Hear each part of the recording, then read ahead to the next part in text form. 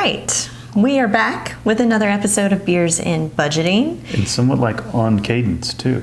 A little bit. We're going to be going over June's budget, income, and expenses, and drink a really great beer. Stick around.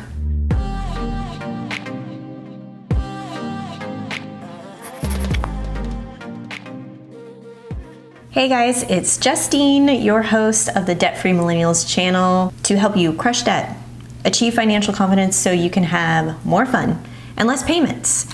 And this guy is my husband, Kyle. So, So, we're going to crack a beer. Should we start with that? oh, it's way more important Yes. than budget. Okay, so we went to Kansas City, and when we went there, we went to Boulevard Brewery, which Boulevard Brewery, I feel like is somewhat nationally known, so you've probably heard of this. But I got this beer, Focus.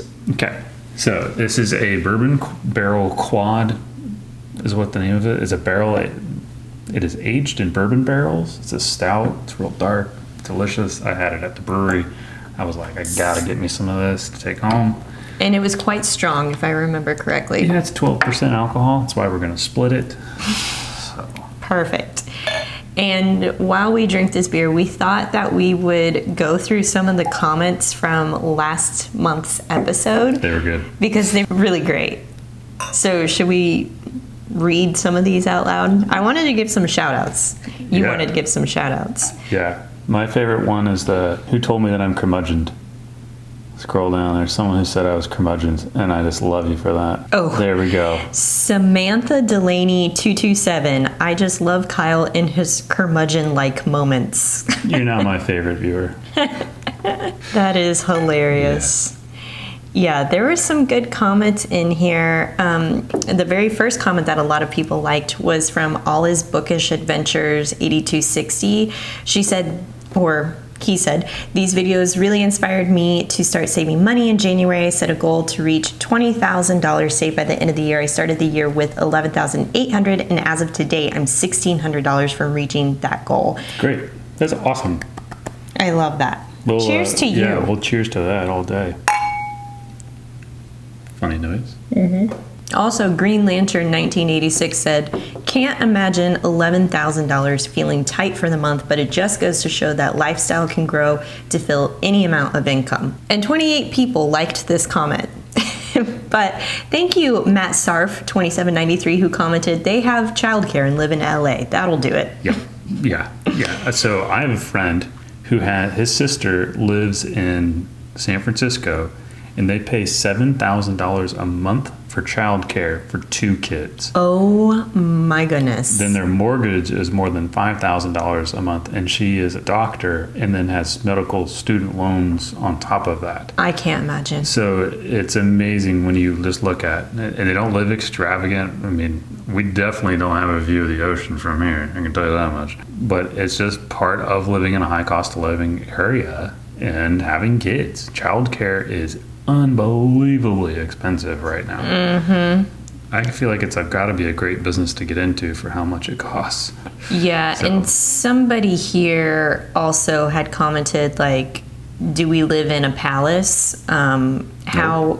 We live in a 2-bedroom, 2-bathroom apartment. Yeah, We do have laundry in our unit, so that's considered luxury. Striper Kid, I'm looking at your budget and 2 things slap me in the face. Rent at $4,200 a month. Do you live in a palace? Holy cow, and I thought New York was expensive to rent in. I'm currently in a $2,700 a month rental, 3-bed house on half-acre with saltwater pool and pool house.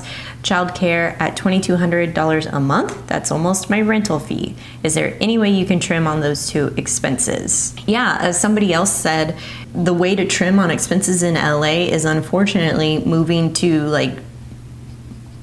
Away from LA? yeah, well, just moving to maybe not as safe neighborhoods where you're going to hear police sirens a lot of the times. You're moving more inland.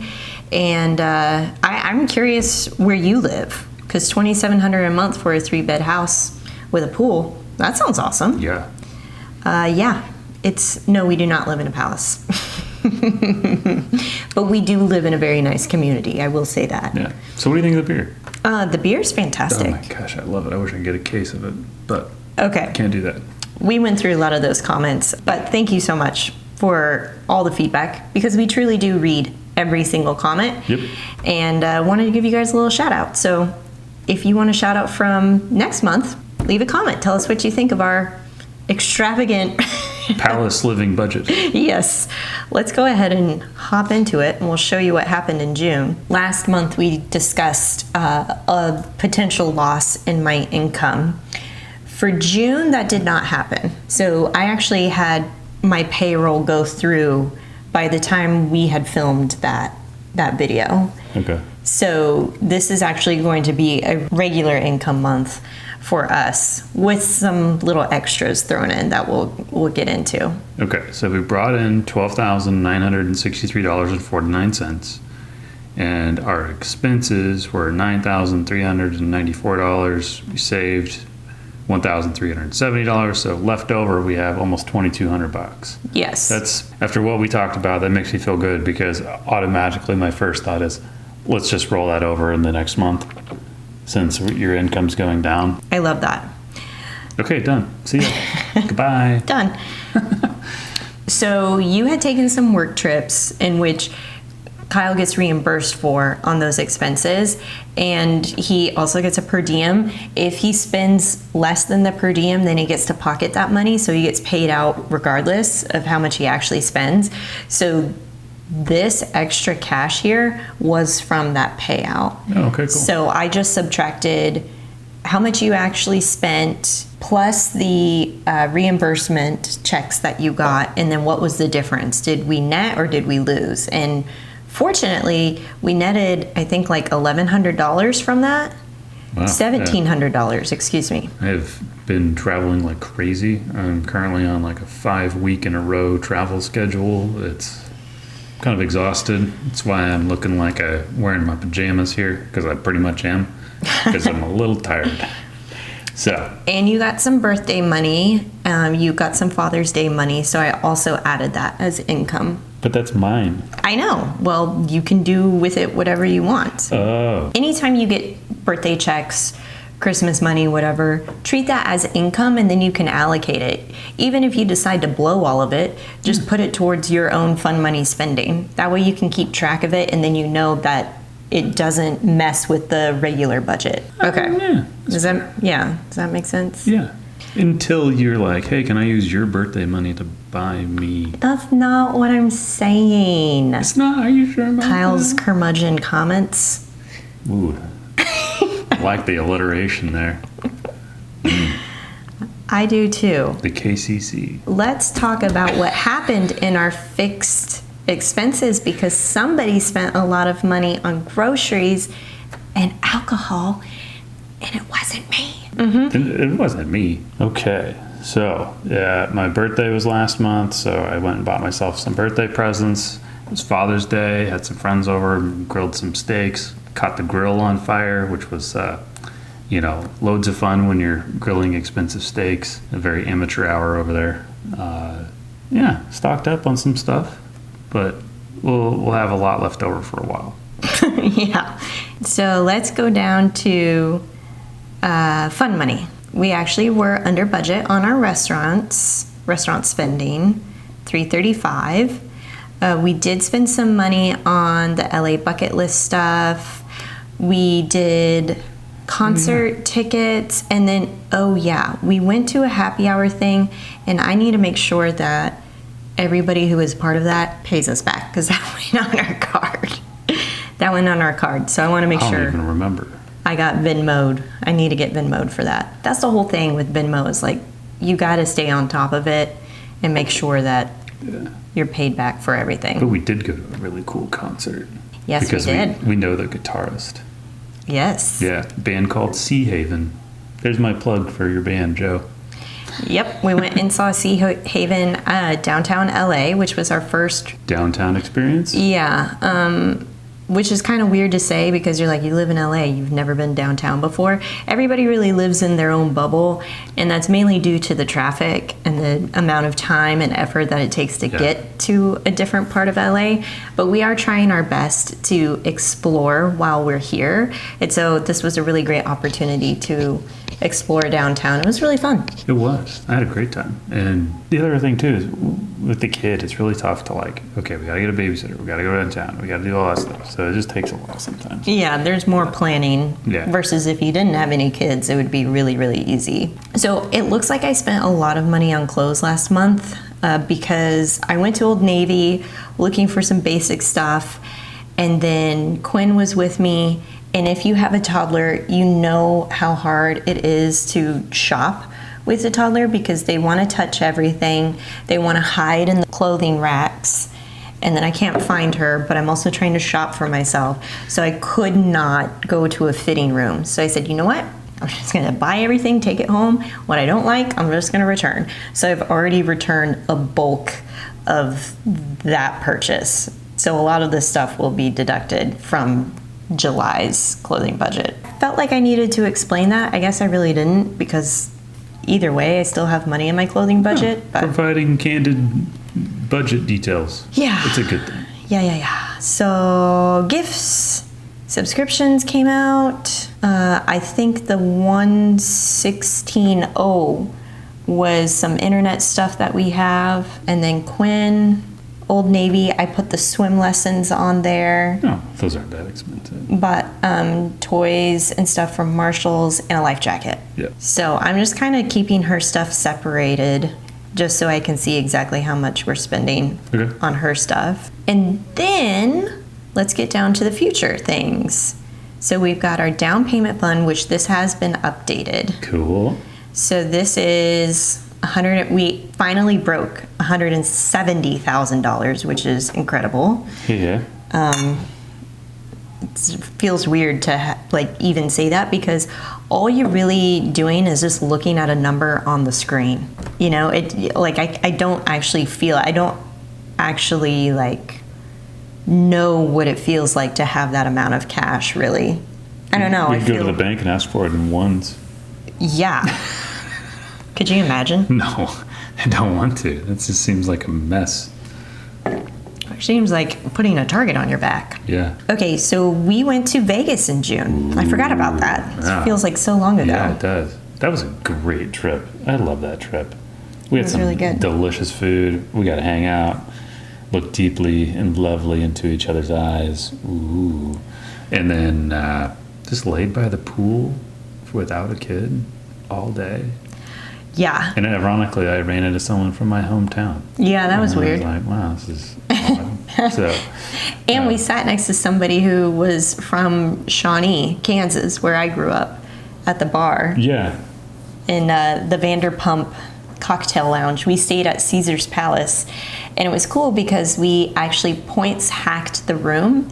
We used Chase Sapphire as our regular everyday spending card, and we had racked up so many reward points that we cashed it in for our hotel room for 2 nights, so it was completely paid for, which allowed us to splurge in other areas. So we went to Gordon Ramsay's restaurant, we went back to Mon Ami Gabi, which is in the Paris Hotel, which we were disappointed this time around. I think our expectations were too high.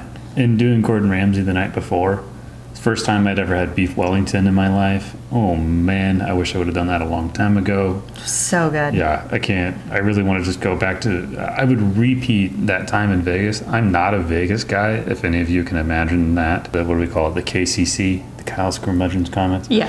But what we did, where it was like we went and had a good meal and then laid by the pool and then went home. And that was fantastic. We had some great cocktails at Vanderpump.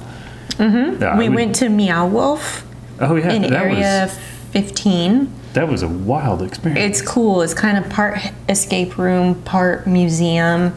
It's an art installation, technically, is what they call it. And yeah. It was like some trippy stuff. I was like, wow, this took a long time to put together and was really well done. It was cool. Yeah. And then when we did the pool at Caesar's Palace, we actually booked like a little couch cabana area.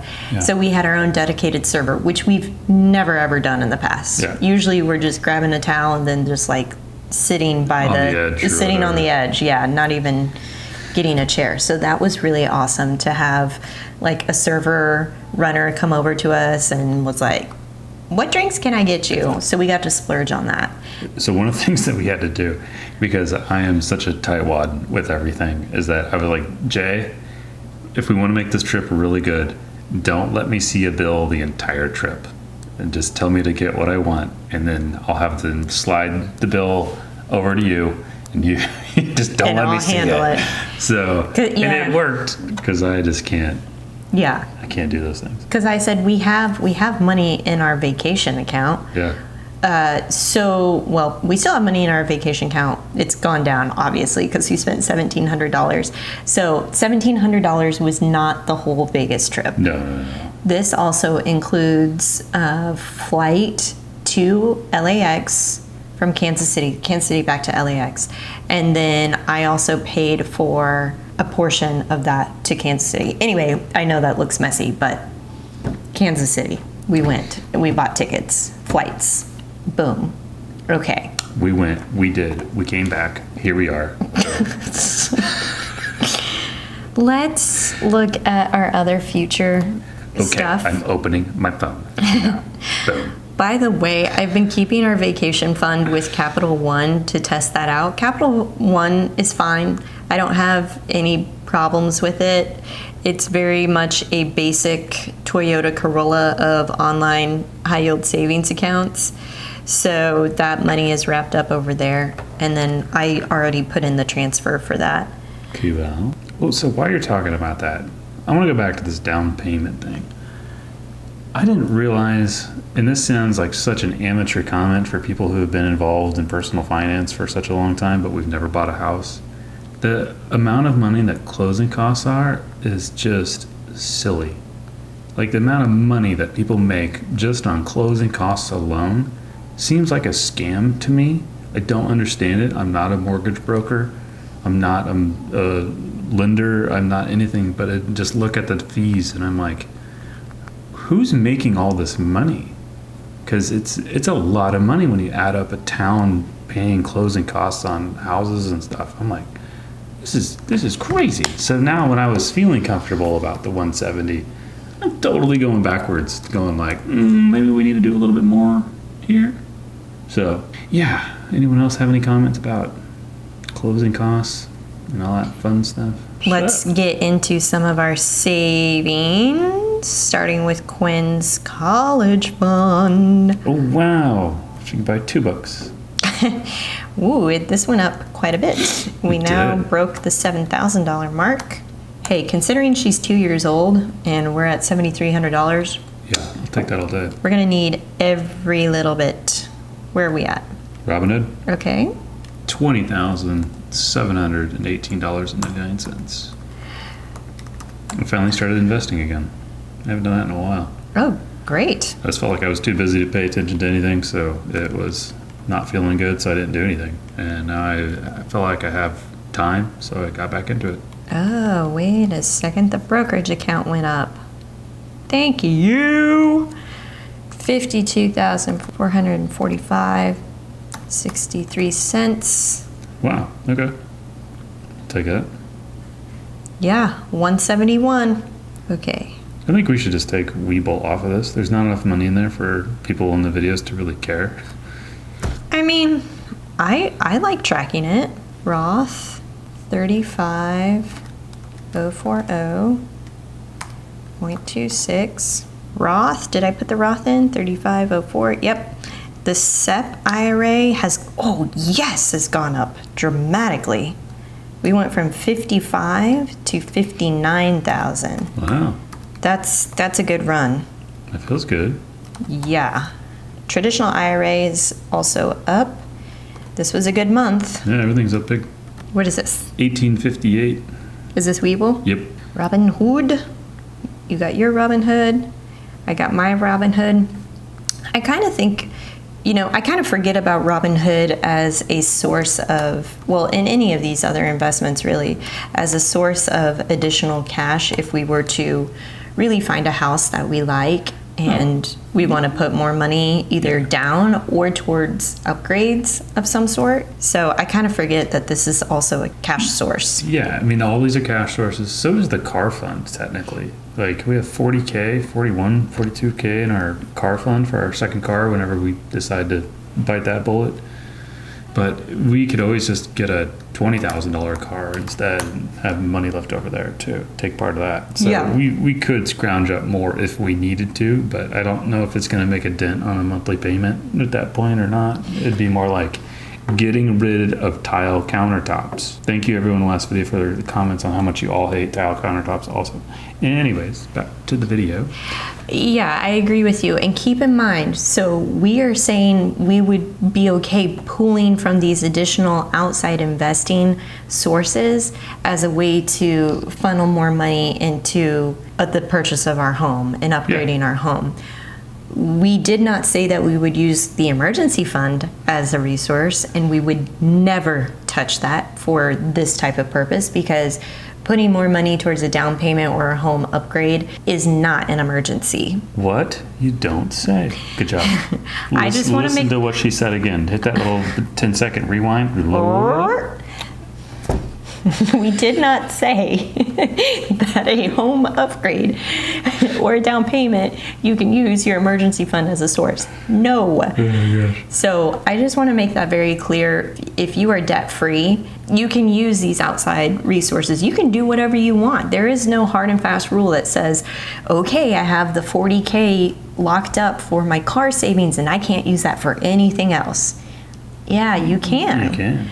Yeah, the only thing that you cannot touch, and this is one of my hard and fast rules, is you cannot touch the emergency fund for anything other than an emergency. Yep. That's my rule. All right, let's talk about next month. Okay. I'm a little anxious about this part. Okay, so next month, July, which we're already in July, we traveled to Kansas City for the 4th, so we had some travel expenses which come out of the vacation fund. We talked about traveling back to Kansas City at the end of this month because you have a conference there. Yep. It does sound like I'll be staying in LA. I don't know what you're going to do, so we're still kind of figuring that out. Yeah. Another thing is Quinn got moved up to the next classroom size, so she's in an older classroom, which means your cost goes down for daycare tuition. So we're going to be pocketing $290 per month moving forward, which is great, knowing my income situation for July, because I did not pay myself and I'm not paying myself in July. So we're going to see how this goes. You're not paying yourself in July. All right, so how much we have left over? We got $2,200 left over. We're gonna get some savings. We're gonna get, was it $300 from childcare? So we're gonna have $2,500 extra next month. Yeah. How much are you usually paying yourself? Or do you not want to? I'm still hesitant to share that here because it fluctuated. In the past, it was really great. Yeah. My take home was awesome.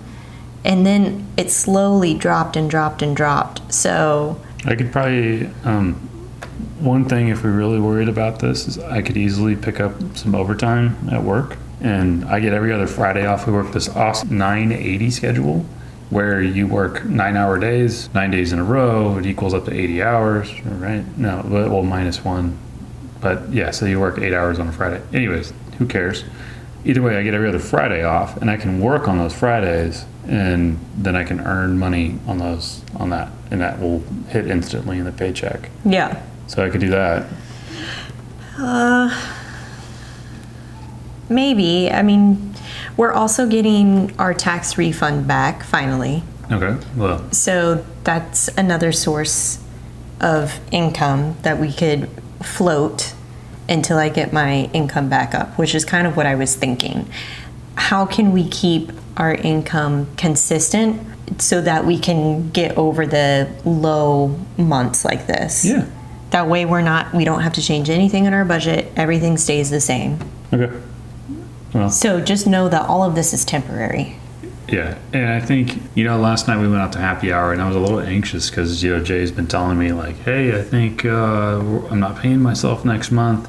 And so I'm like, okay, maybe I should get the like $5 beer instead of the $7 beer. And it's like, it's a $2 difference. That's not going to make a dent in anything when our rent is $4,200 a month. Yeah. So we're not going to go out and, you know, spend a ton of money in the next month or two. Not going to do anything really extravagant. This is where we like look at what's free on our list and capitalize on that stuff. Beach days. Yep. Lots of beach days. Yep. Yeah, it's all temporary, and like one of the major reasons why my income has taken a dip is because I've invested so much money back into the business. So I am deep in the weeds of a big brand refresh. So new logo, new colors, new website, New coaching opportunities. new coaching opportunities. If you need help with your budget, get a hold of this gal. Yeah, and we'll always link my program details down in the description box below for you to check out if you are feeling the call to take that step. It's really fun, you know, building and investing in these big things like hiring a brand strategist and a photographer and hiring my own mentorship so that I can be mentored by people who've already done it. So that's where all of this is coming from. They're temporary expenses, but I think they're really going to pay off. Yep. So that's that. Side note, here we go. Okay, that's the episode for this month. I feel like that was a long episode. It was a long episode, but thanks for sticking around. Yeah. If you like these types of videos, be sure to give it a big thumbs up if you wish to support us and the Debt Free Millennials community. Hitting the thumbs up button actually really, really helps. And subscribing, because we are building a community of over 100,000 subscribers. Are we there yet? I can't tell, but hopefully we're very, very close, and we'll catch you next month for another episode.